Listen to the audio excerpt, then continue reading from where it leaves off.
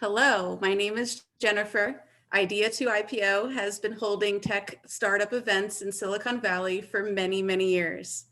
Idea to IPO launched officially on February 1st, 2010. At that time, we had no members and no events on our calendar. At this stage, we have over 100,000 members among all of our meetup groups all around the world. We have organized, promoted, and produced over 2,469 events. We are the most active, most prolific startup event organization in the history of Silicon Valley, bar none. We organize and produce venture capital panels, legal workshops, and more. These days, we are 100% online. We hold an event nearly every day of the week. Check out our schedule at idea2ipo.com. Our featured speaker tonight is Roger Royse, one of the top startup and venture capital attorneys in Silicon Valley, and he is passionate about helping entrepreneurs succeed. Ladies and gentlemen, Roger Royse. Roger, take it away. Okay, thanks, Jennifer, and thank you to Rob Lau and Idea to IPO for inviting me to be here today and for hosting this event. The topic tonight is top 10 legal mistakes that startup companies make, or that could kill your startup rather, taken from the title of my book, which you can all have an electronic copy of at the end of this, and we'll send you an email as we follow up. Before we get going, I want to mention a couple of things. This is part of a series. We do this a lot. And if you are logging in late, and if you're worried about missing any of the hilarious jokes that Rob just finished telling, don't worry, we're going to be sending a recording around later. My slides will also be available. You'll get the slides. They'll be posted on SlideShare. And the recording will be posted online on YouTube. You can find it on my YouTube site as well, on my personal page, rogerroyse.com. You can also find it on YouTube, Royse Law. So I am a partner, a corporate and tax partner with the AmLaw 100 law firm of Haynes and Boone. I'm resident in the Palo Alto, California office. You've probably been hearing a lot about Palo Alto today from the hearings that have been conducted in the Senate. You know, technology is on the hot seat today, as it has been for a while and will be for a while. That's where I'm coming to you from, but I'm not here to talk to you about big, giant, humongous tech companies. I'm here to talk to you about startup companies and how you can become one of those big, giant, humongous tech companies down the road by not making any silly mistakes. Before we get started, I do want to mention, if you're tweeting, and I hope you are, I hope Jennifer and Rob are out there just tweeting away, use the hashtag idea to IPO, hashtag idea letters TO IPO. If you're looking for me, I'm going to circulate my LinkedIn. In fact, and I want to let you know that we're also live streaming this on Facebook even as we speak. Future events, we don't have any planned, but stay tuned, or at least I don't. I know Rob has a million of them. When we do, we'll let you know. Now, I'm going to speak for about an hour. If you have questions, use the Q&A box. You can use the chat box if you want to, I don't know, tell me that something's wrong or tell me a joke or something like that. But use the Q&A box if you got a question. I'm going to come back to the questions at the end of the hour presentation. But first of all, I guess I'd like to know who's out there in the audience and who I'm talking to. So I'm going to take a little bit of a poll here. Take a look, there's a poll. How many startup entrepreneurs? How many of you are an established, holy cow, it's all startups this time. Other, how can there be an other? I refined this poll. Somebody chat me and tell me what categories I'm missing here, because I'm obviously doing something wrong when I've got 6 categories of 0 and people in other. Oh, technologists, darn. Okay, I'll add that back. So mostly, almost all startup companies, 80% startups, and actually a few in established companies and some service providers, and a few in other as well. Okay, other we'll assume are technologists or just starting. Okay, all right, good enough. Let's try another poll. We're doing these events, as you know, online. We used to do these live. I used to have to, you know, schlep down to Sunnyvale You know, on Tuesday night, I'd have to leave at about noon to get there by 7 at night, fight traffic, and then drive all the way back. We still got good audiences, but not like we're getting now. So I think we're going to be doing these online from now on. But one of the beauties of doing these online is we get an audience from all over the world. Not too many people from Western Europe because it's, I don't know, 4 in the morning there now or something, but we certainly get a big audience. It's mostly Silicon Valley. About half the people here tonight are from Silicon Valley. About a third are from other parts of North America. Got some people from Asia, some people from Africa. But this is primarily a Silicon Valley crowd or an other North American crowd. So I'm going to tailor my remarks to that crowd. In fact, it's almost as many people. In fact, there are more people from outside Silicon Valley than there are from in Silicon Valley. Wow, South Pacific as well, and Africa. No Latin America, no Europe. Okay, we'll do the next one at, I don't know, 6 in the morning so we can get that part of the world next time. All right, that's it with the polling. Now comes the most difficult part of the program. Please don't try this at home. I'm going to attempt to share my screen. Somebody chat me if you can see. You should be able to see my slides. Awesome. Top 10 legal mistakes that could kill your startup. Again, I'm Roger Royse. I'm a partner with the law firm of Haynes and Boone in Palo Alto. And this is, some of this is all new content. I wrote it like an hour before. So we're going to, oh, don't have my standard disclaimer. So let me give you my disclaimer. I'm a lawyer. I'm not your lawyer. These are general concepts. I'll tell a few war stories, but for the most part, just keep in mind that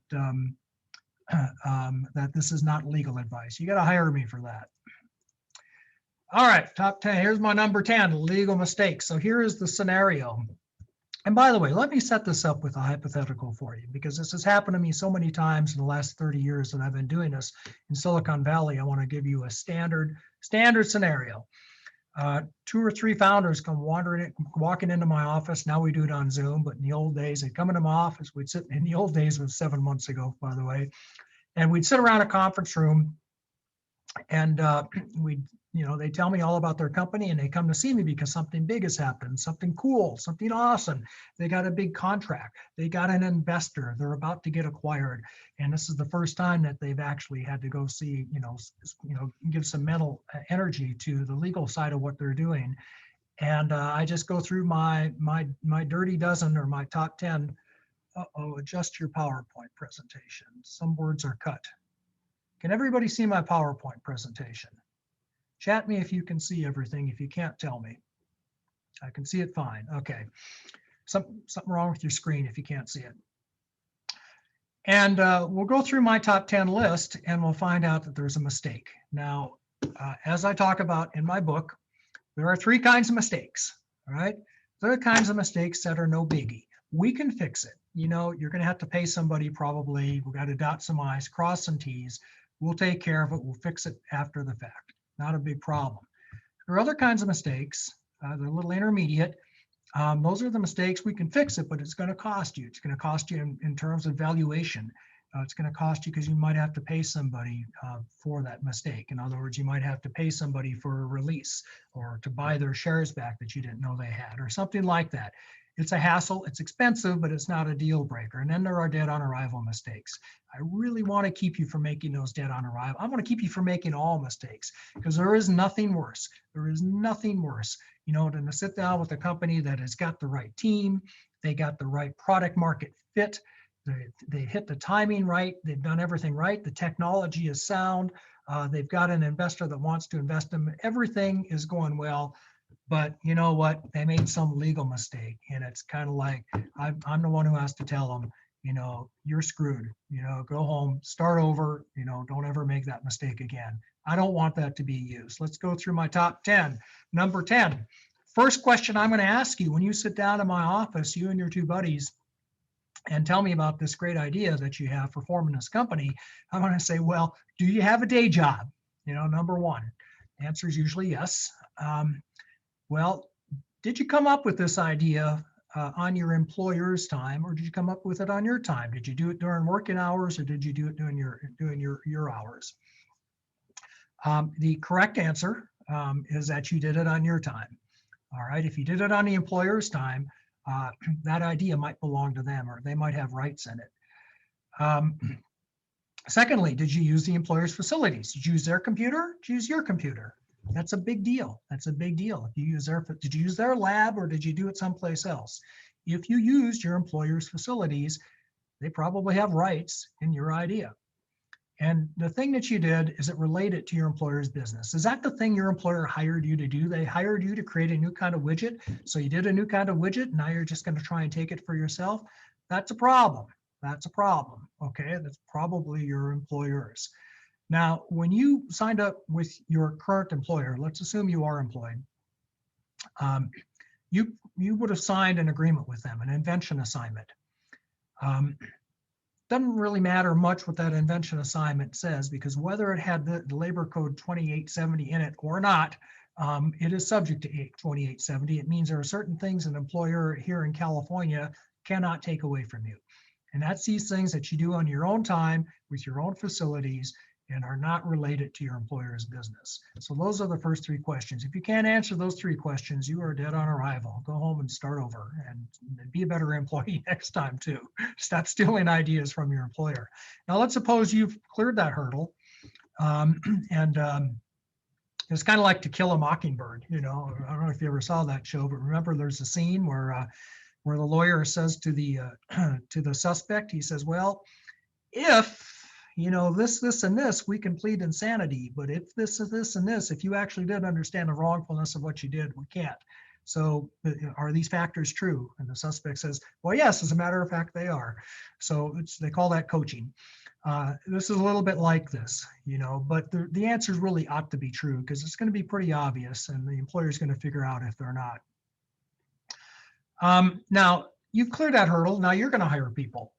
And who knows, you know, you might hire them out of some other companies, especially around here. We see a lot of people leave the big companies that are on the hot seat in the Senate right now and join startups all the time, and vice versa. So when you do that, just like, you know, I coached you, you want to make sure that the person you're hiring is not taking anything from their previous employer, okay?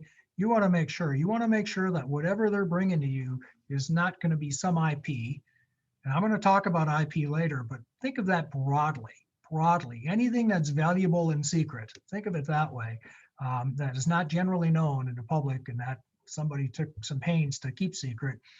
You want to make sure, like, let me give you a good example, customer specifications, because every salesman in the Valley, of course, they move around again and again and again, and they got their own Rolodex and they guard it pretty jealously. Well, be careful. I mean, does that belong to the person or does it belong to the employer? So you want to make sure they don't violate these rules, and to make sure you're going to have them sign an agreement with you where they promise that they haven't taken any intellectual property from a prior employer. And by the way, there is a brilliant tool out there for figuring out who might have violated this rule. There's a brilliant tool out there that everybody uses, I promise you. It's called LinkedIn. I give you my LinkedIn profile, but when people move, you know, they post it on LinkedIn, and your employer is going to be watching that, and you're going to be watching it as well. And if somebody sees that you move from one competitor to another, you better be squeaky clean on this one. Okay, even if you're not starting a startup, just starting a new job, be squeaky clean on this. Don't take IP from a prior employer. All right. Okay, hold on here. Number 9, top 10 legal mistakes, lack of documentation. I like to tell people that I've been everywhere, man. I started my practice back in the plains. I was in the oil fields in North Dakota, represented oilmen. They're not much different than Silicon Valley tech billionaires. Trust me, live by the dollar, die by the dollar. That's how they all think. That's where I started. I also represented poor farmers. Of course, I was usually on the other side of the table representing the evil bank. That's why I had to leave. I went from there to New York City. I worked on Wall Street. I represented investment bankers. Remember the wolves of Wall Street? Those were my clients. Yeah, that was an interesting period in my life. I worked in Hollywood. I did actors and movie stars and represented one of the big studios down there. half of my work now is international. Why am I telling you that? Because in all of those different markets and all of those different geographies, all those different people, everybody makes this mistake. They always make this mistake. Everybody who does anything legal, they just don't respect the formality. They don't respect the formality of the documents. It's a big mistake and it's a big deal. You got to get it in writing. If you don't have it in writing, it's your word against theirs. And it is surprising how little writing it really takes to satisfy a legal standard. I've had people come into my office who made millions based on bar napkins. And I've had people come into my office and lose their company. I'm not making this up over stuff they scribbled on a bar napkin. I'm not making this up. I've had people come in here and sit down and whip out a bar napkin with ink on it saying, look what your guy promised me. Right here, look what he said. He wrote this napkin. It's a legal binding contract. You don't think it is? Trust me, it is. The first case I ever tried in my career back in Fargo, North Dakota, I actually did trial work for a while. This is long ago, was based on a napkin and a contract scribbled on that napkin. I tried it to a jury and I won, by the way, but nobody could believe that a napkin could carry so much weight. It doesn't take much formality. It does take formality to prove your case oftentimes. Otherwise, it's your word against theirs. What are the issues you really want to have documented? The number one biggest one is equity ownership. You just can't go along assuming equity ownership, that you're all going to agree on that. You just can't assume that because there's three of you, everybody thinks you're going to split this company up three ways. In the absence of an agreement, that's what a court is likely to do. That is the presumption, but that might be what's going on in your head, might not be what's going on in their head, and it's going to create real problems for you. Get that in paper, get it in writing. The best way to do that is to incorporate early. Form your company early and get that stock issued. And by the way, I see this so often. An unsigned document is not an agreement, okay? Just because you hired a lawyer and he sent documents to everybody, you're not done. You got to get that thing signed. Now, yes, I know there's doctrines in the law where if you rely on a document, it's evidence, and you can introduce the document as evidence of the verbal and oral agreement that the parties had. You don't want to be there, because once you have to make arguments like that, you've lost. You're dead on arrival. You've got litigation on your hands. You no longer have a company. Get it in writing. Get it in writing early. Second thing, this is a little more subtle. Here's a scenario. I've seen this many times. You got a service partner and a money partner, right? Or service founder, money founder. It doesn't take a lot of money.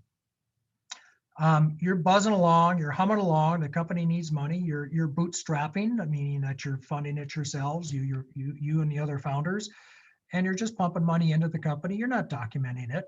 You're not saying this is a loan or this is a contribution to the capital of the company or I should get some sort of preference or return. You don't even think of it until you get to that financing event, that valuation event, and the person who put the most money in says, wait a minute, I should be getting more stock for all that money I put in. Or that's a loan. I always intended I would get my $100,000 back first, from this company. We need to put some debt on the balance sheet. Stuff like that happens all the time. And then there's going to be an argument because I promise you, I haven't even met the service partner yet, but I know what he's going to say. He's going to say, oh, no. The deal was I put my services in, that's sweat equity, and you put your money in. And the money partner is going to say, oh, no, that's not the deal. The deal is I made a loan to the company. We just didn't get around to papering it. You're done. You're all done, unless you can negotiate some sort of arrangement. And then finally, vesting. Okay. Finally, vesting, you really want to get that in writing. Vesting is so important. So everybody know what vesting is. Vesting is the idea that you earn into your shares. You earn into your ownership in the company. It doesn't just get granted to you on day one and then you never have to do anything ever again. Although if you were here 1 week ago at this time, 15 minutes earlier, obviously, you would have heard me tell the story about a very successful startup in San Francisco that had two founders, did not have vesting restrictions, well, had more than two, but they did not have vesting restrictions. And one of them disappeared, on day one with her stock and kept it. didn't do a lick of work and made millions and millions of dollars for not doing anything. The other founders were not very happy about that, not very happy at all.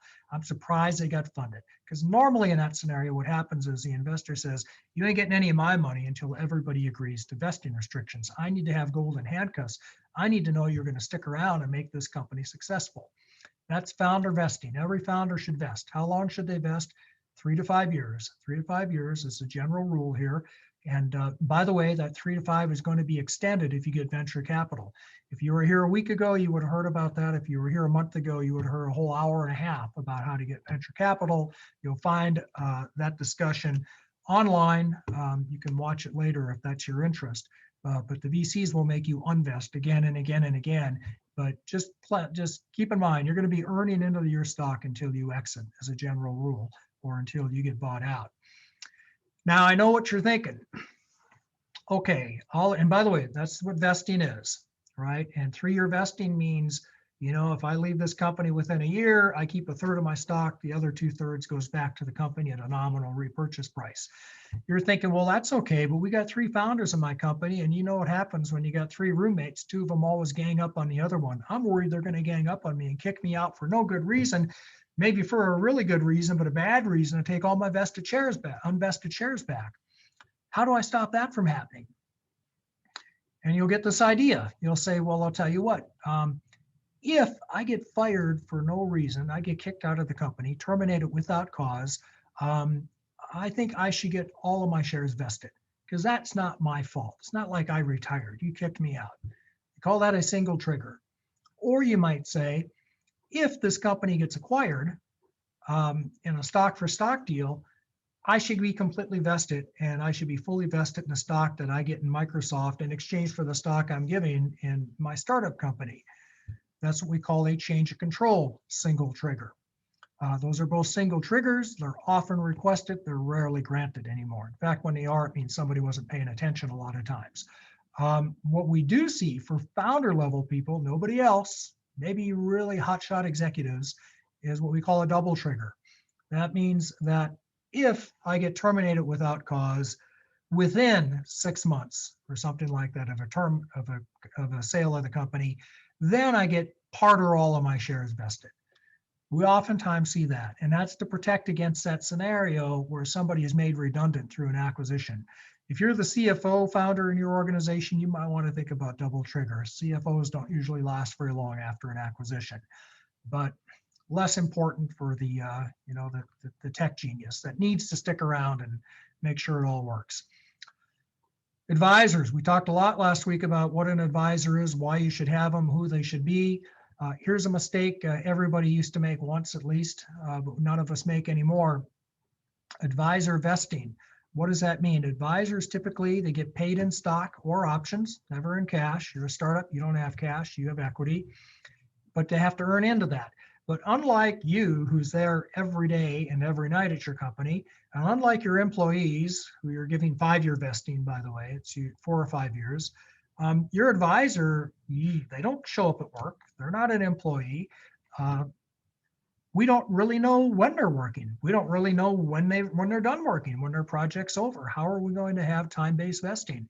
Very, very difficult. So what we want to do is set milestones. It's typically going to be 2 years. That's what we have for advisors, because if they can't get their stuff done in and out in 2 years, they might not be an advisor. They might be a more permanent member of your team. 2 years, but you want time, but you want milestones. So if the advisor was hired to get you 6 sales leads, they better get you the 6 sales leads before they vest. Or if they're hired to help get you into some company, or hired to solve some technical problem or some market issue, whatever it is, set up milestones, performance metrics. That's really the best way to do it with advisors. Okay, stay with me here. Don't go to sleep. We're going to talk a little tax. It's important. I won't go into all of the gnarly details of this. Just suffice it to say, if you've been in Silicon Valley, you've heard of an 83B election. That's that election that keeps you from getting taxed to death at rates that may go up now, depending on what happens in Georgia next month. Individual tax rates, it keeps you from getting taxed on when you get your stock or when you exercise your options. The reason I'm pausing on it here is I just want you to know that's something that has to be filed. It has to be filed within 30 days. That is a hard and fast drop dead deadline. It has to be filed within 30 days of a transfer of property. That means when you get your stock. You are obligated to file it, not the company. Certainly not the company's lawyers. You are obligated to file it. Now, some lawyers are a little better about pestering you to death and making sure you do it. Some of them might even undertake it for you, but just keep in mind, it is your problem. If you miss it, it's going to be your problem, nobody else's, and it's going to be a tax problem. So pay attention to that, make a note, put a yellow sticky tab, one like this one right here, write 83B on it so you don't forget, 30 days. And I know for some people, some founders, they can't do anything in 30 days. It's a problem. Now, having said it, it's a drop dead, no cut, deadline you can't get out of. Let me just say that if you do screw this up, come see me. I've got some workarounds. That's all I'll say about that for now. There's conflicting and contrary, and it's tax risky. I'll say that. There's tax risky because there is authority. The IRS doesn't like workarounds, but there are workarounds. Vesting imposed on financing. Here's a scenario. What happens if, and by the way, if you have questions, you're doing a good job putting them in the Q&A box. Thank you for that. Don't chat me with questions, put them in the Q&A box. I'm going to get to them in 40 minutes, sorry. Here's what happens. You don't have any vesting, or you don't have enough vesting. The VC comes along, they put a financing in place, and they say, look, we're going to finance your company, but we need you guys to unvest your shares. You're all almost fully vested. We need to unvest your shares, so you're going to be here another 3 years after the financing. What do we do? How do we do that? Well, we just enter into a restriction agreement, a stock restriction agreement. It says, poof, my formally vested shares are now invested. Do we have to go tell the IRS about that with another 83B election? The answer is no, you don't. But be careful, because here's another scenario. Company comes along, investor or acquirer comes along, and they say, we're going to buy your company. We're going to trade you some of our Google stock in exchange for your startup company stock. However, we need to make sure you're going to stick around, so the vested stock you're giving to us is being exchanged for unvested stock in our big company that you're getting. Do you need to file an 83B election? Remember what I said about financings? You think the IRS would be kind and gentle, but they're not. They say, yes, you do have to file in that scenario. All right, I told you that so I can tell you this. Suppose the VC comes along and says, you know what? We're going to invest your shares. I'm going to put money in a company, but you made a big mistake. You formed as a California corporation instead of a Delaware corporation. Well, we're going to fix it. We're going to do a little merger of you into a Delaware corporation as part of this transaction. Do you need to file an 83B election? No real authority out there. I can make good arguments for and against, but you don't want to argue in something like, yes, just file the election. Just file the election and avoid the argument. We call that a protective 83B election. By the way, we do that a lot in other scenarios. I have this thing called a protective 83B election for AMT purposes. And if you got an hour and will buy me a beer, I'll tell you about it sometime. My next mistake, I've lost count, but we're deep into my top 10. Inadequate tax preparation. Again, I don't want to put anybody to sleep, so I will just tell you that here in Silicon, and by the way, I started as a tax lawyer. That's what I used to do. That's all I used to do was big, intricate international tax structures. It's fun. It's like playing chess with the government, except, you're playing chess. Well, no more disparaging comments about the government tonight, but it is matching wits. Now, as a Silicon Valley lawyer, I have to fall on my tax sword quite a lot these days, quite a lot, because people ignore this. People completely ignore this. Why do they do that? And what are they ignoring? Well, outside Silicon Valley, outside startup land, you think a lot, really hard, about whether you're going to be a pass-through entity or a separate corporation, a C corporation, we call that. Because if you're a pass-through entity like an S corporation or an LLC, there's one level of tax on the earnings of the entity. I just wrote an article about this, latest up to date. You can read about it in the Silicon Valley Business Journal. Google it. It's a really good article. I recommend it. You can also find it on my homepage, rogerroyse.com. Anyway, here in Silicon Valley, people ignore those rules regularly. They form as a C Corp, even though it's tax inefficient. Why do they do that? There's really two reasons. Number one, a C corporation can issue this stuff called qualified small business stock, QSBS. They're like Miranda rights. You might not know what they are, but you certainly want to have some. It's a good thing. It's a good thing for you to have, because if you can hold that stock, if your investor can hold their stock as well, you can hold it for 5 years and then sell that stock, you pay 0 federal tax on all the gain up to $10 million or 10 times basis on the stock from the sale of the stock. That's awesome. That is an awesome deal. It is such an awesome deal. It's been around forever. Since 2010 now, we've gotten 100% exclusion.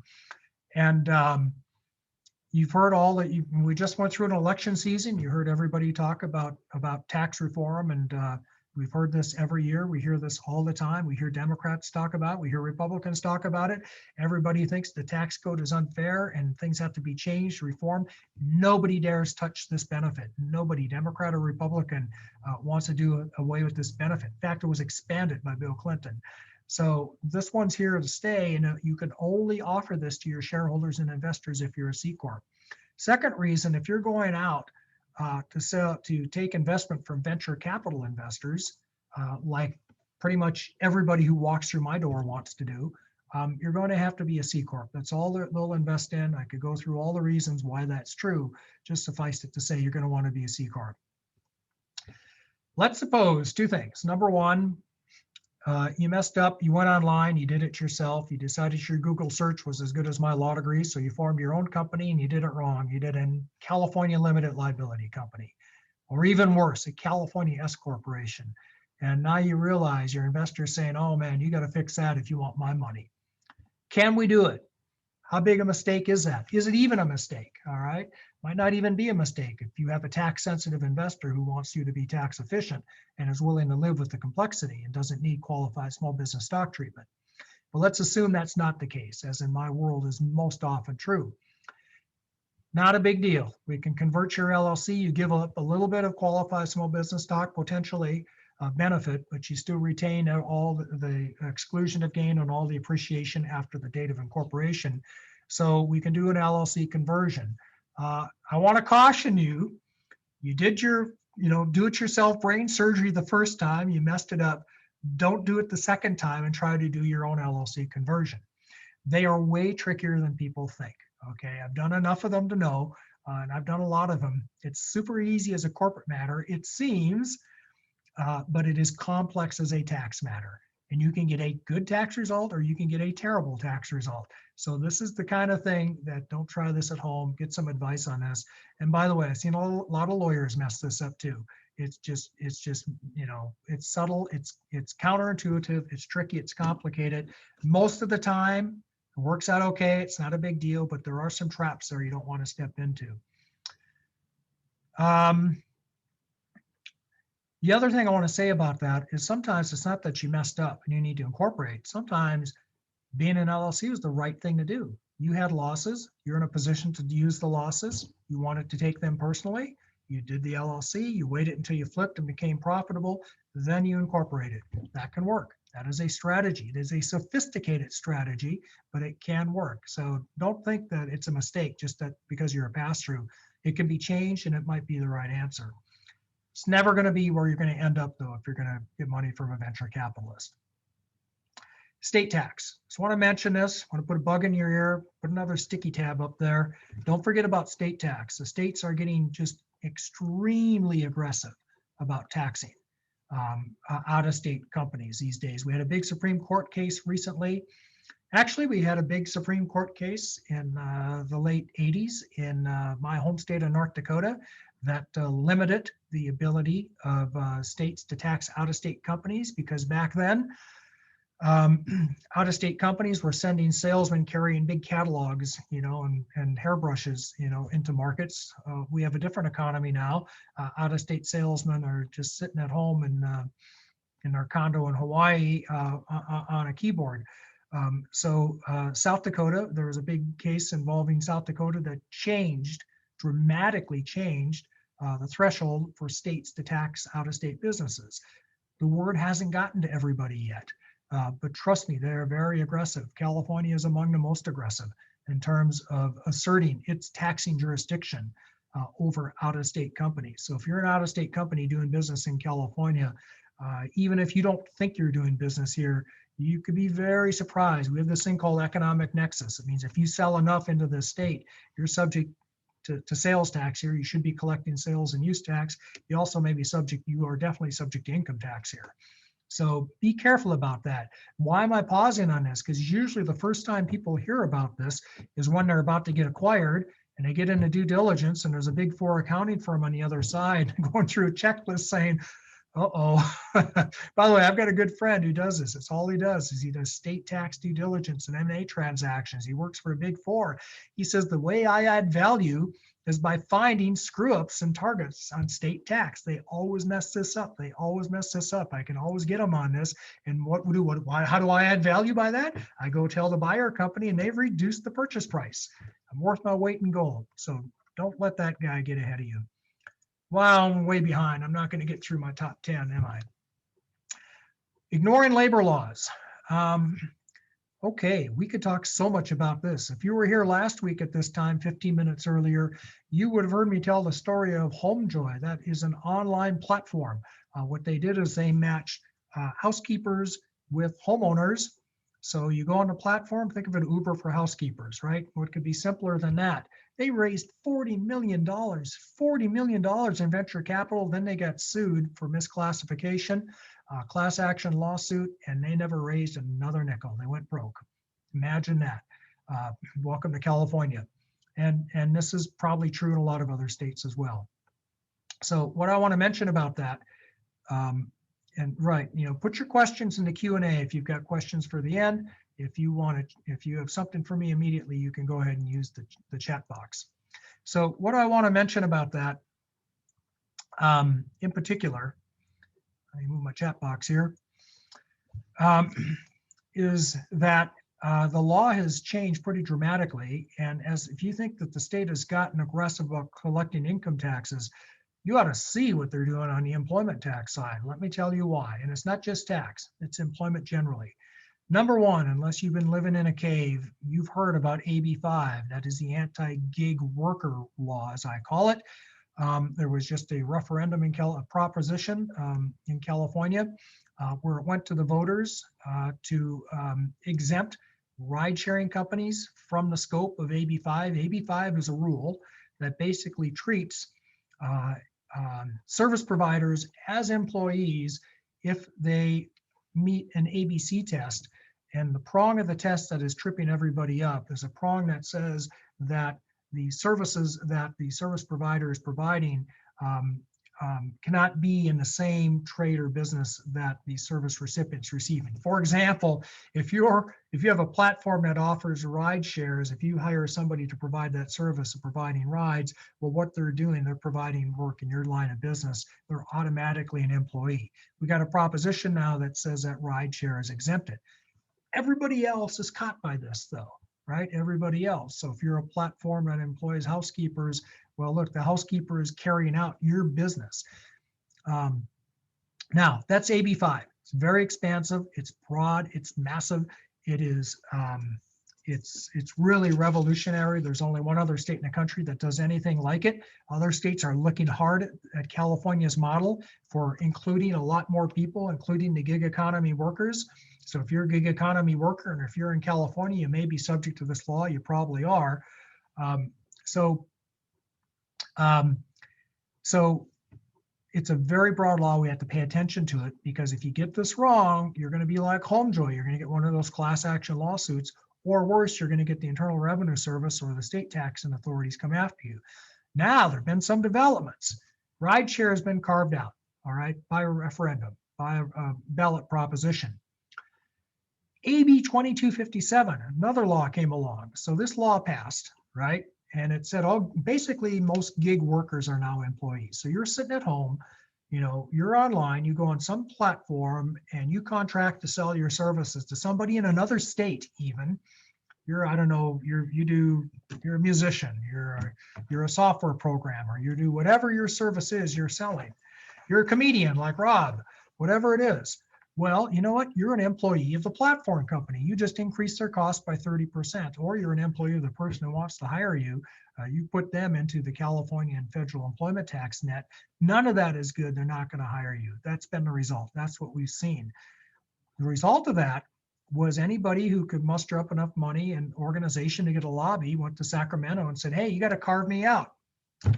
As an example, lawyers have an exception.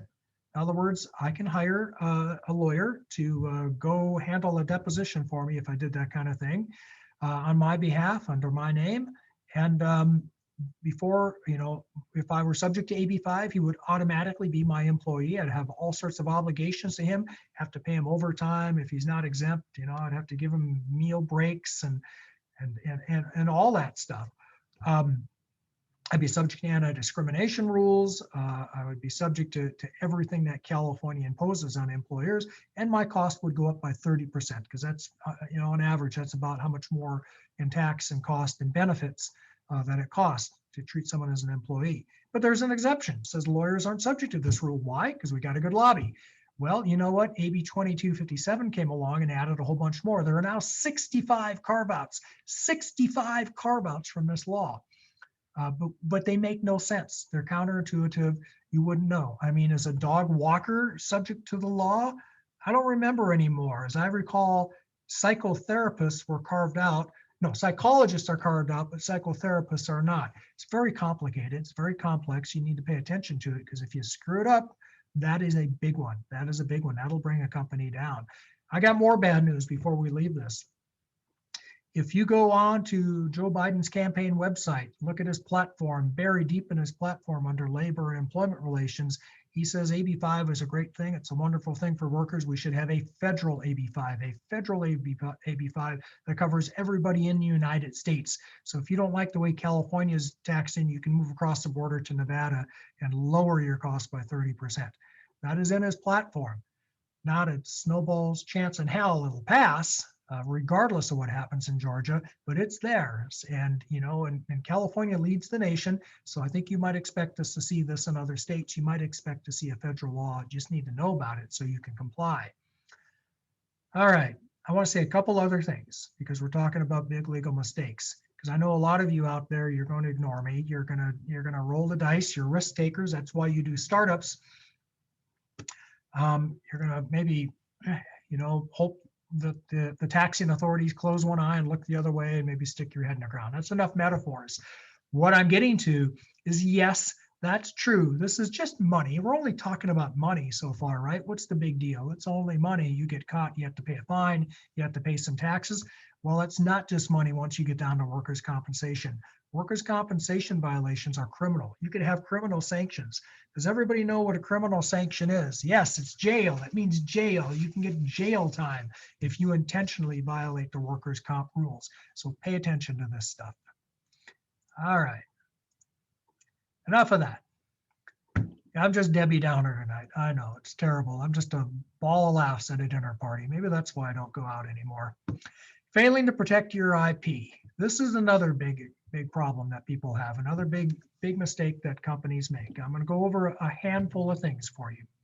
Number one biggest thing, that invention assignment. You need to get in you're a startup company, you're a founder, you got people all around you working. In fact, maybe you did this at a hackathon, all right? And you got a bunch of people contributing their bright ideas. You need to get an invention assignment. You can't say you own your technology unless everybody who touched it and contributed to it and did anything with it has signed to you their rights to it, because they might have a irrevocable license to whatever they developed, or they might have outright ownership. In either case, you can't go and tell your investor you own your IP unless you can say you can prevent anybody else from using it. And you can't say that unless you've got a signed invention assignment. PIAIA, it's not just a cool acronym. It is a proprietary information agreement and invention assignment. CIAIA is a confidential information agreement and invention assignment. You need one or the other with every consultant. You need them with your employees too. You arguably have a shop right with employees, but you still want them to sign something. You want them to sign something, and you want it to be enforceable under the law of your state of jurisdiction where you're located. And we're in an international audience here. You want it to be enforceable in their home country where they're working as well. This is big. This is a big deal. It's a big deal because you need this to say that, you should have this to say that you own your intellectual property. Related to that, you want to put a little thought into your invention assignment. Your invention assignment, if you're using a standard form, especially if you went online and downloaded it, it's going to have a little, it's going to say, by the way, for to avoid doubt, the stuff on the schedule that's outlined on the schedule doesn't belong to the company. Those are tools of the trade that the worker brought to the company. We'll go look at that schedule. 99% of the time, there's nothing on it. Nobody, I don't know, maybe people stop reading. Why is that a big deal? Why is that bad for everybody? It shows people didn't really respect the formality of the agreement. So if I'm trying to challenge it in court, and by the way, California, if you think that's crazy, just let me show you a few pleadings you can read. If I'm trying to challenge it, I'm going to say the people, the parties didn't take this agreement seriously. They didn't even complete it. They didn't even finish it. They didn't fill out the schedule. If you're the person trying to claim ownership of the IP, the other party's going to say, look, you had an opportunity to write down what's yours. You said nothing. That means it all belongs to me. So pay attention to these things. Take them seriously, give them the respect they demand. Two other things: patents. Patent early, patent often. Patents are valuable, even though you might get an argument about that. A lot of people say just rely on trade secrets, save your money. I'm going to talk to you about that in a little bit. But for now, let's talk about patents. There's two kinds. There's design patents. They're just what they say. They only protect the design. They're good for 15 years from the date of grant. What you want is a utility or a plant patent. Okay, utility patent is good for 20 years from the priority date. What's a priority date? That's the date that you file. And if you don't have a lot of money to pay a lawyer to do a utility patent, you can do a provisional patent. They're inexpensive and they give you an early priority date. Your 20 days runs from that earlier date. You got 1 year from the provisional filing to get a utility patent, but then your priority date relates back. So a priority date means that you can sue somebody for infringing after you've been granted the patent. That's why they're so valuable. Again, remember what we say about IP. It's not your right to do something. It's your right to keep other people from doing something.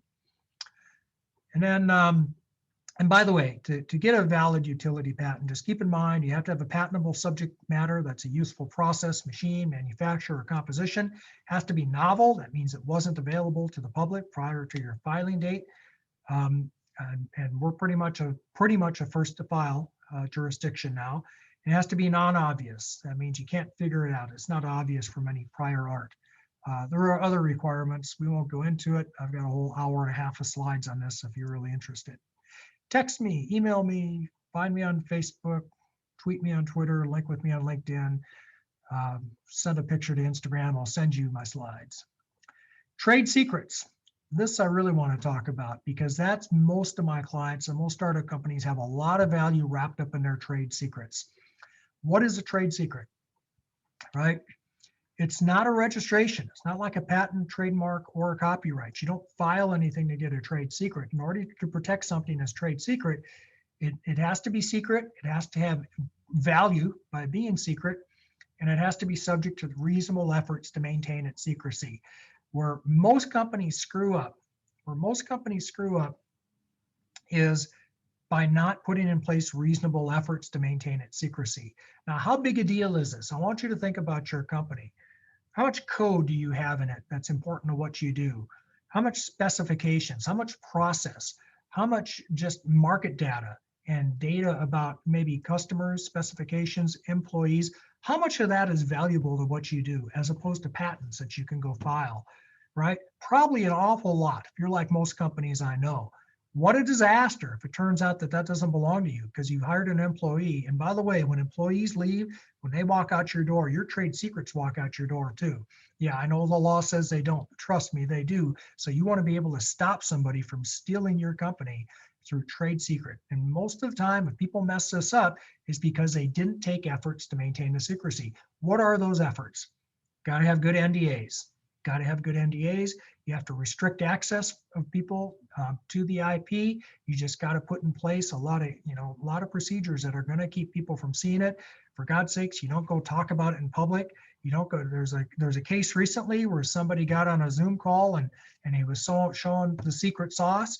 And what he didn't know is that it was a public Zoom call and people were just, anybody, it wasn't private. Anyone who wanted to could log in. Court said, that's not a trade secret anymore. You made it available to the public. Anybody could have come and seen that. That's one way. You know, this rarely happens, but there was a case recently here in California where it was that second prong, having independent economic value. Somebody sued for disclosing some information that they thought actually it's a whole different body of law, but put some of the executives at risk because it was information, you know, that they wouldn't want to be known into the public because people, it's like their personal phone numbers or something, would call them and harass them, and they didn't like who they voted for, or whatever it is that you harass people about these days. Court said that's not a trade secret. That doesn't have independent economic value. Now, if you were to take that information and sell it to a group, you know, that wants to use it to commence a letter writing campaign against, you know, every executive in your company, well, that's different. Now it does have independent value, but the way you disclose it just happened to show up in a pleading that they filed. Not independent economic value, not a trade secret. Tricky stuff. So be careful about this. It is oftentimes the most important asset that my clients own. Hey, I'm halfway through my slides and we got 9 minutes left. How about that? Trademarks. Trade secret might be your most valuable asset, but very likely trademark is right up there. It's right up. You won't believe it. I just got an alert that says bedtime's approaching. Can you believe that? Even my phone thinks I'm too old to be doing this. Trademark might be your most valuable asset. You know why? It's because your name and your logo and your brand is so wrapped up with your goodwill. When you go to sell your company, you're going to have some good people. You're going to have some good technology. You're going to have some relationships with your customers. But boy, it's the fact that they're going to come back again and again to your name and logo and brand that's important, right? Think of Snapchat, right? Is that really that difficult an idea? Really? Is it really? I think their value is really wrapped up in that name and brand and design and logo. You can think about that for a lot of companies, and it's going to be your company too, to some degree. To some degree, it's going to be your company. What a disaster if you get to that point and it turns out that you don't own your trademark, because trademark is basically based on use. So someone's going to come along and say, hey, you're infringing on our trademark. We were using that mark first. Now you can do a registration. And you should. What you should do is you should do a Google search first, make sure no one's using your name. You can even Google search designs and logos now. You should do that. You should then do a patent and trademark knockout search, they call it. And if you got it, you should trademark it just so that you can get incontestability after a period of time. Now, just keep in mind that the mark is not the name of your product. The mark identifies the source. It's your company. The biggest mistake people make with marks is they don't think about it. They don't, you know, they just take a name they like. Sometimes I've seen it so egregious where companies will take names that they know someone else is using for a product and they do it anyway. You know, just forget it. You're done. They're going to catch up with you and it's going to be pretty ugly, especially if you're successful at all. The second biggest mistake is people losing the mark, losing their rights in the mark to what we call dilution or maybe generic. For example, remember Kleenex, right? Well, now we know what a Kleenex is. It's like even this napkin here now, people will call it Kleenex or Xerox. Xerox now means photocopier, but you can reduce that risk. You know, if you can use a word that's not likely to turn into escalator, trampoline, aspirin, something like that. That's a little too deep. Okay, trademark registration, 10 years, but it requires periodic renewal. Keep that in mind. You got to renew these things. Don't count on me to do it. I'm not a trademark lawyer. And at 5 or 6 years, you'll have to have a showing of continued use. So you got to monitor these things, you know, like a plant. You got to, you know, water them and nurse them. You know, I once killed a cactus. That's how bad I am at plants. I don't know if I could keep a trademark alive. I can't even keep a cactus alive in my place. 409A, all I want to say is everybody in the world knows you got to get a valuation to grant stock options. That's all I'll say about that. If you're going to do anything more complicated than that, like deferred salary, which entrepreneurs oftentimes want to do, Be careful, the tax law is a very complex and expensive gotcha, 20% penalty plus tax and interest. If you, what do I mean by deferred salary? If you earn money in this year, you know, but you don't get it till next year, right? You're going to be subject to 409A, and it's a bad one. So don't do stuff like, don't do it without a lawyer. Let me put it that way. By the way, I'll just take 30 seconds to tell you where this comes up. You're a top ramen eating startup entrepreneur. You don't have any money, but you got a lot of stock, but you hope you're going to get money when you get financed. So you just sit there and wait and you say, hey, you know what? I'm going to defer my salary. We're going to make this book entry here. I see this all the time. Put this liability on the book. So when I get funded, the first money is going to come and pay for my salary that I deferred all these years. Yeah, don't do that. You can make that work. You can make that work, but it requires formality. It requires you comply with 409A. That's all I will say now about that, because I want to get to some other cool stuff. Failing to comply with securities laws. I can introduce you to people who are sitting in jail. That's right, for messing this up. Why did they take the, was it Bernie Madoff? Did they steal the money? Were they fraudulent? Did they take it and go to Bermuda? No, they didn't do any of that. They just messed up. They just forgot to file stuff, or they made innocent misrepresentations the court didn't think was so innocent. You don't mess around with this stuff, and it's so easy to mess around with this stuff now, because you can go online and you can download a form of SAFE, and you can go sell those things like chiclets, like candy, and do it all wrong. There are filings. There's federal filings or state filings that are often required. So don't sell securities without a license. Just because you can do something does not mean that you should.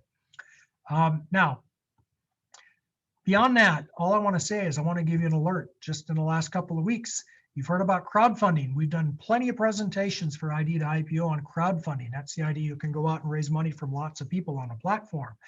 It wasn't very useful before because you could only raise $1 million. Well, the SEC has now raised that amount. It's not effective yet, but they've raised that amount to $5 million. $5 million. That makes crowdfunding a much more viable alternative. So if you're the kind of company that can get some affinity, right? You know what I mean by that, by affinity. In other words, you're the kind of company that people out there will say, yeah, I would use that. You know, I had a client one time, I guess I can say this. He developed these glasses for his dog. So you put the glasses on the dog, because dogs can't see color. Did you know that? They can only see black and white. So you put the glasses on the dog, and the dog could watch TV in color along with the owner, because now they can see what the owner sees. Yeah, the VCs didn't like that idea. I mean, I didn't understand it myself. I thought it was a fine idea. That could be crowdfunded, because you're going to find enough people, dog owners out there, that'll say, yeah, that's a great idea. Let's put the glasses on the dogs. I'd throw in a couple, $1,000, into that, up to 2,000, that's the limit. So if you have an affinity company, on the other hand, if you're doing quantum mechanics or something that even Jennifer doesn't understand, well, then maybe not a good one for crowdfunding, because it's too complex a problem. But it used to be that you could only raise $1,070,000. It's not enough to justify all the costs, because it's a complex exemption. $5 million, $5 million, easy money, maybe. So just keep that in mind. That's a whole alternative. You heard it here first, folks. I know, it's the first time I've talked about it. I got a couple of new slides in this one, and this is one of them. Because we're in a recession, and it's not just because Rosewood closed, Rob. We're in a recession, not just because Equinox won't let me work out there anymore. It's because of the economy. I just want to tell you one big, humongous mistake. I'm closing with the biggest mistake you could possibly make for your company is just be careful about believing your own PR, right? I know that that founders have to be dreamers. You have to be able to suspend your disbelief and live in an alternative reality. And that's fine as long as you're talking to sophisticated angels who just expect you to be wildly optimistic and put that forward-looking statements disclaimer on everything that you give to them. If you're not doing that, by the way, you should see me. Anyway, don't believe it so much that you go mortgage your own house to fund your company. Don't believe it so much that you take those employee payroll taxes that should have been deposited for the government and you use them on paying company expenses. You have personal liability for that. Don't believe it so much that you don't pay people wages. you potentially have personal liability for that. Yeah, personal, you personal, even after your company fails, they chase you for the rest of your life. Don't ever defraud anybody. I'm telling you, you have personal liability. Fraud is a much lower standard than people think, right? It's much lower. Here is fraud. You have no money in the bank. You have no prospects, no way to pay somebody, but you don't tell somebody that. You just go ahead and buy their product and sign and say, look, I think we're going to do pretty well. I can't pay you today. I'm pretty sure we can pay you next week. That'll form the basis of a claim. Don't do stuff like that. Fiduciary claims. If your company becomes insolvent, all of a sudden, you now have obligations to the creditors to do something that will maximize their chances of getting paid. It's a whole new class of plaintiffs. Don't play fast and loose with securities. And I've heard angels say, geez, we expect founders to lie. They lie to us all the time. Don't do that. Don't do that. Don't lie to your investors all the time, even if they say we expect you to have wild expectations about your projections. There's a big difference between forward-looking statements and projections than there is about existing fact. And then finally, don't sign guarantees if you don't have to. Don't personally guarantee your lease if you don't have to. If things go wrong, you're going to get called on it. All right, finally, make sure you pick the right lawyer. Not all lawyers are startup lawyers. And not all lawyers are created equally. Here in Silicon Valley, there's tons of good startup lawyers, and in other areas where there's good startup communities. Be careful about that. You don't want somebody who's too expensive, only does multi-billion-dollar bond deals, and you don't want somebody who only who's the public defender either. Not that there's anything wrong with that. If the next time I get arrested for something, I may call that guy, if ever. But you don't want them doing your startup. I'm Roger Royse. I'm a partner with Haynes and Boone, Palo Alto. Make sure you read my book. And with that, I am going to open this up to questions. First, I'm going to stop sharing my screen. All righty, let's go to the questions. We're going to do 30 minutes of questions unless somebody tells me something else. All right, put your questions in the Q&A box. Wow, we got a lot of questions.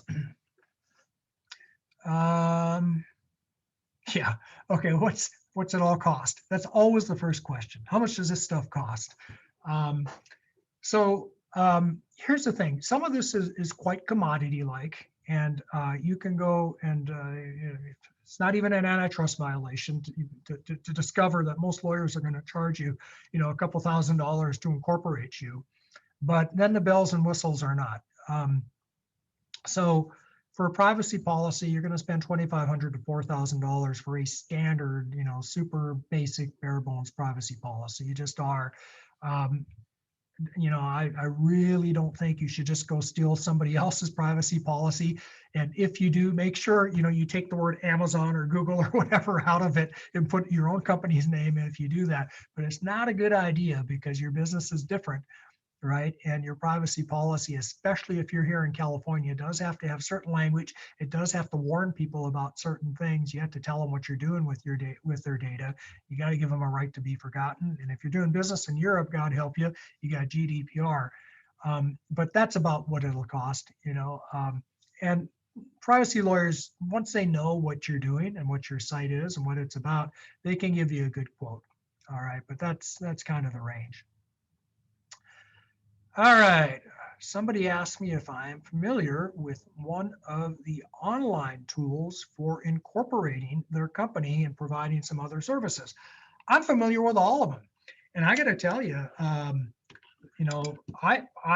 all in favor of them. I'm not going to name any of them. I'm all in favor of them because for two reasons.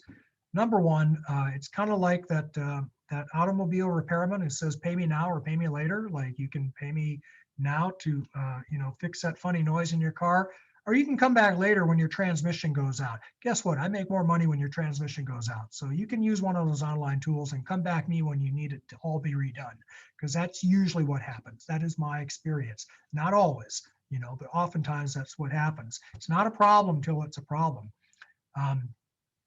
So one reason I'm in favor of it is, if you're successful, I'm going to redo everything you just did anyway. The second reason is it's a great filter. It weeds out people who are not serious about their company. I used to have so many startups They weren't serious. They were tourists. They were just playing. They were dabbling. I know that because they were just unwilling to pay a couple $1,000s to incorporate their company. Instead, they'd rather try and do it themselves and take the risk that they did everything wrong and failed. So I don't have those clients anymore. Those clients are all using the online services. I have the people that don't want to take the risk of making a big mistake. So I am familiar with them. I'm all in favor of them. God love them. All right. When I generally search on Google, I usually see form an LLC, and I said it's not a good form. Okay. It's a great form if you're doing real estate investing. It's a great form if you're forming a venture fund. I do venture fund formation, or even a private equity fund or a real estate fund, any kind of fund.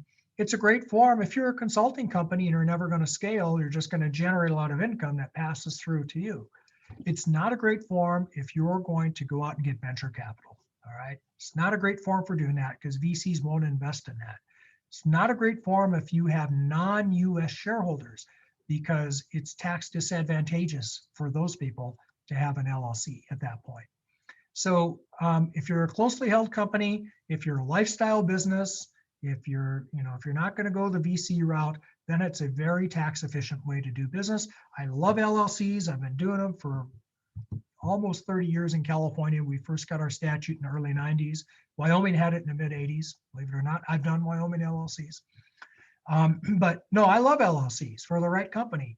But my point is a little more thought should go into that than you might think. And not a lot has to go into it if you're a typical Silicon Valley tech startup that you're either going to get venture capital or you're not going to succeed at all. Everybody else ought to think about that. So there, I hope that answers that. What's the business 101 explanation for a young startup just after incorporating and paying the founders? We don't want to pay ourselves anything until the business brings in revenue. Do we have to pay ourselves? Are we employees? How does all that work? Thank you. Excellent question. Excellent question. So here's the rule on that. There's a minimum wage. There's a federal minimum wage and a California minimum wage, right? And every employee has to get minimum wage, except there are some exceptions. And one big exception is a partner exception. And it's a federal law exception. And under that exception, any partners don't have to pay themselves minimum wage. And that's been interpreted by our US Department of Labor to include founding shareholders of a corporation. California has not quite expressly come out and said that yet. At least the last time I checked, they haven't. However, think about what happens for a founder to enforce that claim. The founder basically has to sue the company. They have to sue their own company, right? So how likely is it that a founder is going to sue themselves?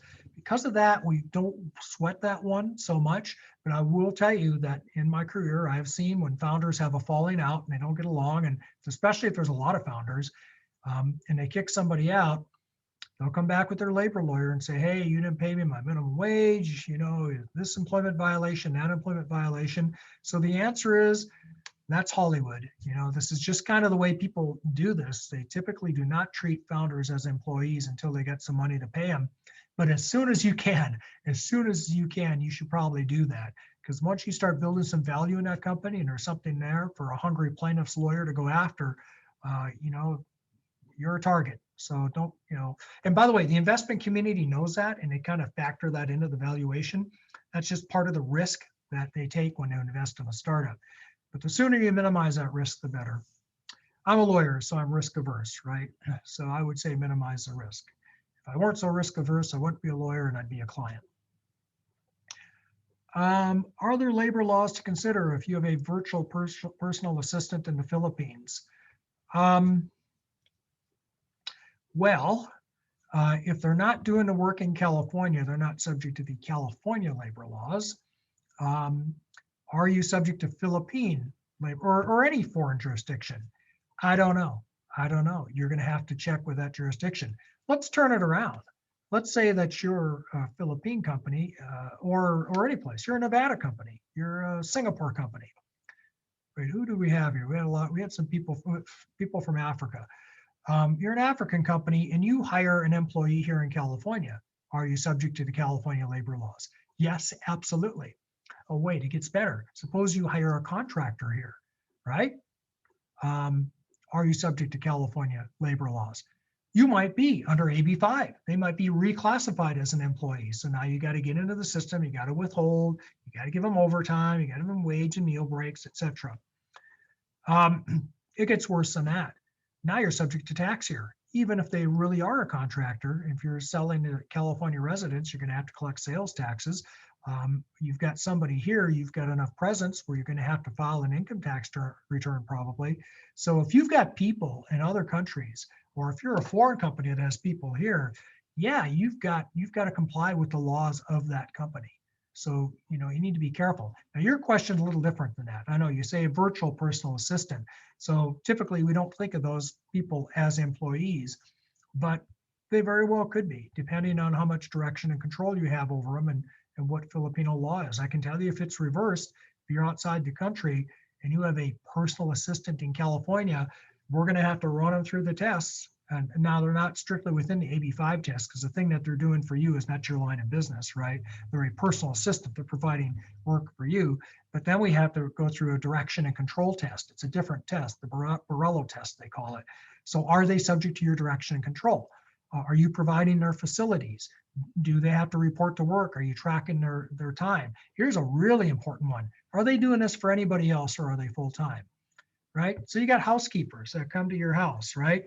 If they come to only your house and you're a big slob and they're all day, every day, and you got to tell them to report at 8 and leave at 5, well, they're your employee. On the other hand, if you're one on their list and they got 10 houses that day and there's a lot of them that they're going to, well, you know what? Probably not. They probably meet other than AB5. Well, even AB5 doesn't even apply then unless you're in the business of providing house cleaning. So you're probably okay in that scenario because you're not in the business of providing housekeeping. And they're not subject to your direction and control, so they don't meet Borrello. It's complicated stuff. It's complicated. It's counterintuitive. It's screwed up. By the way, I'm glad you reminded me. I forgot to mention this. That statute I cited, 2257, not only did it create 65 lobbyist exemptions, the biggest thing that it did is the thing no one's talking about. The biggest thing that it did, nobody noticed. It's buried deep in that statute. I had to read the whole cotton picking thing to find it. It's way down towards the bottom. It says, by the way, if you're an employee under AB5 for wage and hour purposes, you're an employee for tax purposes. That's huge.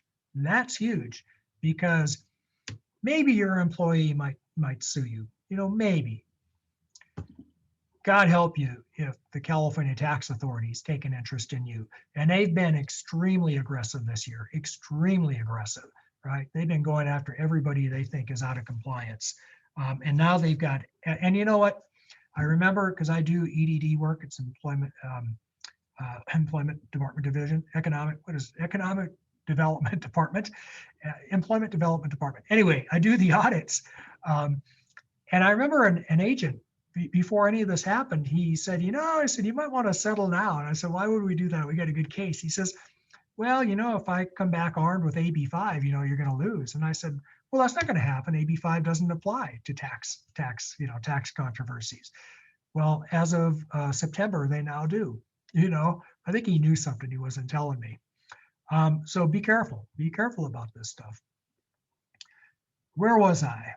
What's the best way to protect an app? So I think what you're asking here is, do I have something that's patentable? And the answer is maybe, even though it's an app, maybe. Not usually though. I mean, usually when people come in with apps, I send them down the hall to my patent partners and I look at it and they say, I don't see anything patentable here. But you just have to let them, see if what they do qualifies as an invention. So you probably know about 10 years ago, we got some new patent law that made software patents hard to get, but not impossible. So it just depends. It depends. Now you're not out of luck just because you can't get a patent on everything in the app or anything in the app. Remember what I said about trade secret. Then you're going to rely very heavily on trade secret to protect that app. Plus trademark, right? Your app might rely very heavily on its brand and its logo. Next question, can we have the recording? Yes, we are going to be distributing a link with the recording as well as the slides, as well as a unique opportunity to join my mailing list if you so desire. Can you use a name for a company that's used in another country, but use it in your own country? Yeah, so, intellectual property rights, that's a really risky thing to do. And I'll tell you why, because I had a client who did that. That's exactly what he did. In fact, he started a company here, a company in another country in Europe, was using the exact same name for the exact same product. So he, not using me, by the way, he filed a trademark. He got me involved when the trademark was contested. We had to go fight over it. But intellectual property rights, registrations tend to be territorial in the countries that you're doing business. But these days, it's so easy to do business nationwide. I mean, somebody puts up a website and I think it's pretty easy for them to be doing business nationwide. So I wouldn't do it if I were you. I wouldn't do it if I were you, not at all. Plus, it might be misleading. That's another basis that somebody can attack a trademark. Safe versus convertible notes. Believe it or not, I just looked at a convertible note today. I hadn't seen one in a while. Really brought back memories, brought a tear to my eye of what life was like back before we had safes. Let's see. So if you're a company, you want to do a safe. A safe is a simple agreement for future equity. If you're an investor, you would be better off with a convertible note. Although we rarely do these in Silicon Valley anymore. It's almost always a safe, just because all the investor protections that are built into the note usually don't matter. Here's why. So convertible note means it's like, I think of it, I call it the wimpy security. Remember the Popeye cartoon? Of course you don't. You're not old enough. Well, there used to be a famous cartoon, very popular. It's called Popeye. In fact, back in North Dakota where I grew up, it was probably the only option I had, because I only had one television station. And Popeye, there's a character in Popeye named Wimpy. And Wimpy he was a real mooch. He'd always say, "I will gladly repay you on Thursday if you will loan me the money to buy a hamburger today." Okay, well, that's a safe. That's a convertible note. It's like, here, we're going to give you some money today, Mr. Company, and you have to repay me on Thursday, unless we convert that note into equity. And we're going to convert it if you do a financing with a venture capitalist before Thursday. And if that happens, then all the money I gave you, you don't have to repay me. You just give me some stock, the same preferred stock you're giving the venture capitalist. Now, what happens if you don't do a financing by Thursday? Well, then you got to repay the note. Plus, you got to pay interest. Plus, it might be secured. So as a practical matter, those notes were rarely repaid, right? Rarely repaid, right? Because if the company had the money to repay you, you didn't want it. You were investing in a company, right? So you wanted the stock. And if the company didn't have the money to repay you, it was a big disaster anyway. Then you weren't going to get your money back. So you're taking equity risk and getting debt return in effect, except for the conversion feature. So the safe isolates that conversion feature. So think of it as convertible equity. So I'm the company, and if you will give me $100,000 today, I will gladly give you some stock on Thursday, provided that I do a financing on Thursday. And if I don't do financing on Thursday, we'll probably do one Friday and I'll give you some stock then. And if I don't, we'll do one next week sometime. And if I don't, we'll sell the company and you'll get your money then, maybe. Right? No interest, no fixed repayment date. Safes are much more favorable to founders than notes are, because they don't have to be paid. I've seen investors end up owning the company. Basically, they buy the company with the note if it's secured. And that's not a good deal, right, for most companies. So companies very much like safes, and investors have gotten comfortable with them around here just because they know that if somebody can't repay a safe, they can't repay a note either. Now, we did a whole thing last week on the difference between a pre-money and a post-money safe. I won't relive that. Chokes me up just to think about it, that people are still out there doing post-money safes. But if you are going to do a safe, for God's sake, do not go online and download that ridiculous form that you're all thinking about. And I don't want to mention by name. It is not company favorable. It is not company favorable. That's all I'll say about it now. You may end up giving away the farm. If you want to hear more about that, go look up the video and watch last week's presentation. I left the startup where I built the product, protected as a trade secret, to build another version of the product. Holy cow. I think I should stop reading right now. Am I legally allowed to use anything that I remember? If there were any data on my laptop, who owns that? Me or the old company? I got to stop reading these out loud. So, yeah. So anything I remember, okay. They call that a residual knowledge clause. And oftentimes, when you enter into non-disclosure agreements or confidentiality agreements with some parties, they'll put in a clause that says, by the way, residual knowledge is taken out of this agreement. So I'm allowed to if I remember something, I'm allowed to use that. Now, what you're describing is really tricky because, you know, how closely is this related to your ability to earn a living? Is this just your trade or your business? Or are you really, if you're building a new version of someone else's product, I'm pretty sure you can't do that, regardless of whether you sign something or not. Just, you know, unless this product is out there in the public domain, that is a very, very risky thing to do. With regard to the data, if it's company data, it belongs to the company. It doesn't matter if it's on your personal laptop. So again, so let's talk about data for a minute. Data can be a trade secret, right? It's just like any other trade secret. Remember my 3 categories. It has to be secret, right? It's not generally known. Has to be valuable. Somebody can do something with that data. And the company has to do something has to take some steps to protect it.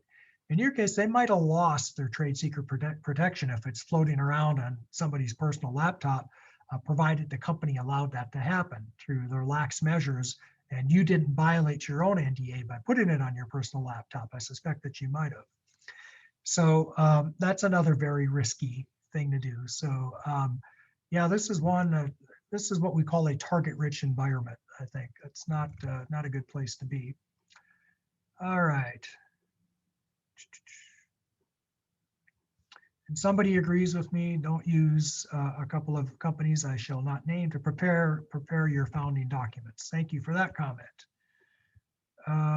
Plus the documents are slanted towards venture capitalists.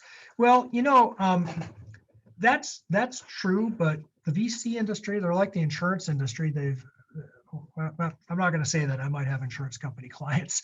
Let me just say that most of the forums that you find that are standardized have a very, very pro-venture slant to them. In particular, I'm thinking about the National Venture Capital Association documents, which we all regard as standard and we all use, but they are pro-VC. They just are. You know, VC lawyers are going to argue with me, but that is my view. What's the procedure for closing a Delaware C corporation? If the corporation owes a year of Delaware and California franchise taxes, but there's been no tax, no income, no employees, well, Delaware, you can close it as long as you're all caught up in your filings. If you're not caught up, you'll get suspended, then you got to revive, and then you have to you know, pay all the past due costs, and then you can close it. California is worse because California has an $800 a year minimum tax and these ridiculous penalties. It adds up in a hurry. It could be a big number. So even though you've had no income, no employees, no nothing, you're not going to be able to dissolve your California company until you actually pay those taxes. Now, this raises kind of an interesting issue. Why bother? If you walk away, the company's going to get suspended someday anyway. Delaware and California, they're going to get struck from the rolls. They're going to be terminated and administratively dissolved and all that stuff. So why bother going to the trouble of dissolving them, right? And honestly, most companies, most failed companies, nobody wants to put another $2,000 into dissolving it. They just let them fail. What's the problem with that? If anybody knows, chat me. All right. Well, I'll tell you. And by the way, I'm going to go till 8:45 here because we said 1 hour of talk and half-hour Q&A. So a couple of things. Number one, as long as it's alive, you still have this outside potential of personal liability for not following corporate formalities. Does that sound far-fetched? Well, I will tell you that California's Franchise Tax Board will go after founders and make that argument and say your corporation wasn't dissolved, but you didn't have meetings, you commingled funds, you did all this stuff, you're liable for all of its debts, which increase every year because the taxes keep accruing. That's number one. They rarely succeed on that claim, but they will make it. And if you're nervous and you don't like to be pestered and you just want to be done with it, you'll be done with it. The second thing is that company could be revived down the road. You might not want it revived. Think of it as a zombie, right? A suspended company like that, they're a zombie. They're dead. They can't do anything. They're not allowed to enter into contracts, but they're not really dead because they could be revived. You could go pay the taxes, file what we call a certificate of reviver, and bring it back to life. And then it can go out and do all sorts of stuff you might not want it to do because maybe you're not on the board at that point. So there are good reasons. I'm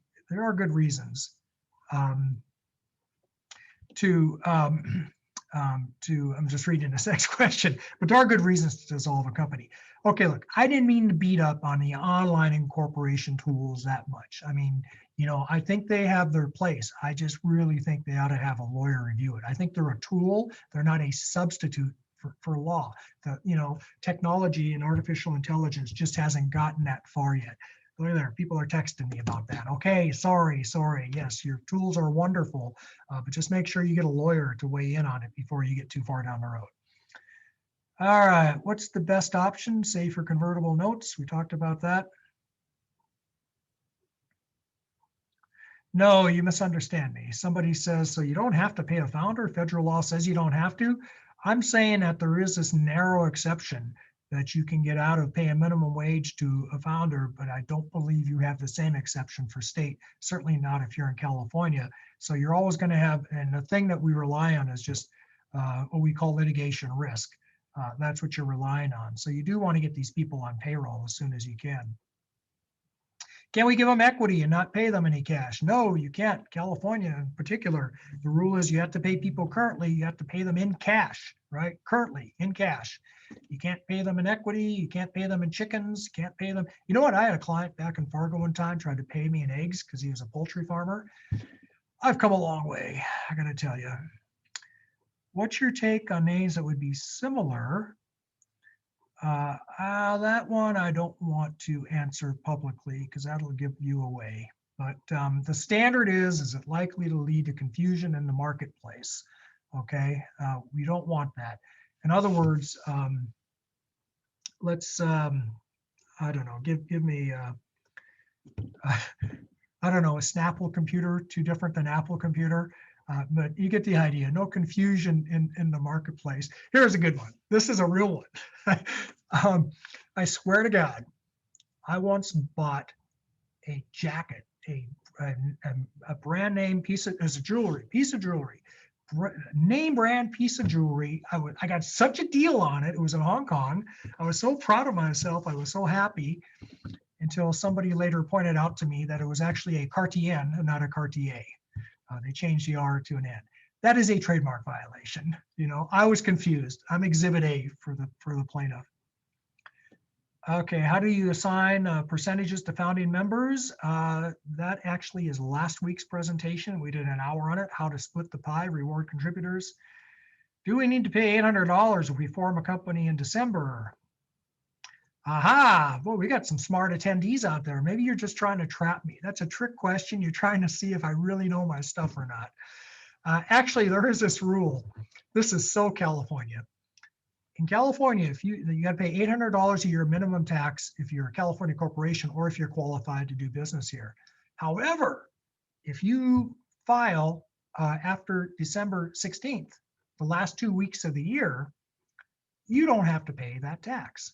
So there was recently a case, believe it or not, somebody sent their documents in on the 16th, the filing service being really good at it, they filed on that day instead of waiting a day like they should have. They had to pay the tax. The advice there is if you're going to send your documents into the filing service, make sure they wait before they file. But by the way, here's another practice pointer. You don't get out of paying federal tax. You got to file a federal return though.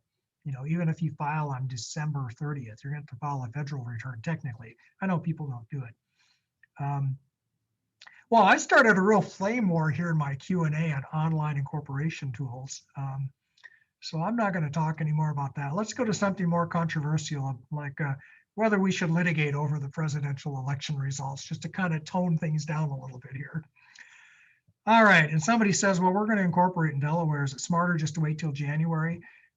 Yeah, I mean, I know people don't believe me when I tell them that you got to file a federal return, but trust me, I'm a tax lawyer. I've been through this. I've had to argue this before. I've looked this up. I've been doing this for 30 some years. And granted, you're not going to get called on it. But there is a ruling out there that says, I say wait till January. Or you file a simple no income return. It's not a big deal, just a bunch of zeros. All right, with that, we are at the end of my slides. I got through all of them. We are at the end of my questions. I only did not answer one because it was a little too obvious. And it is now at the end of our time. All in all, happy congruence. I love it when a plan comes together. And with that, I'm giving it back to you, Jennifer. Wow, that was a lot of great information. Roger, thank you so much for being with us today and sharing your expertise and sense of humor. Audience members, thanks for tuning in and asking great questions. See you next time.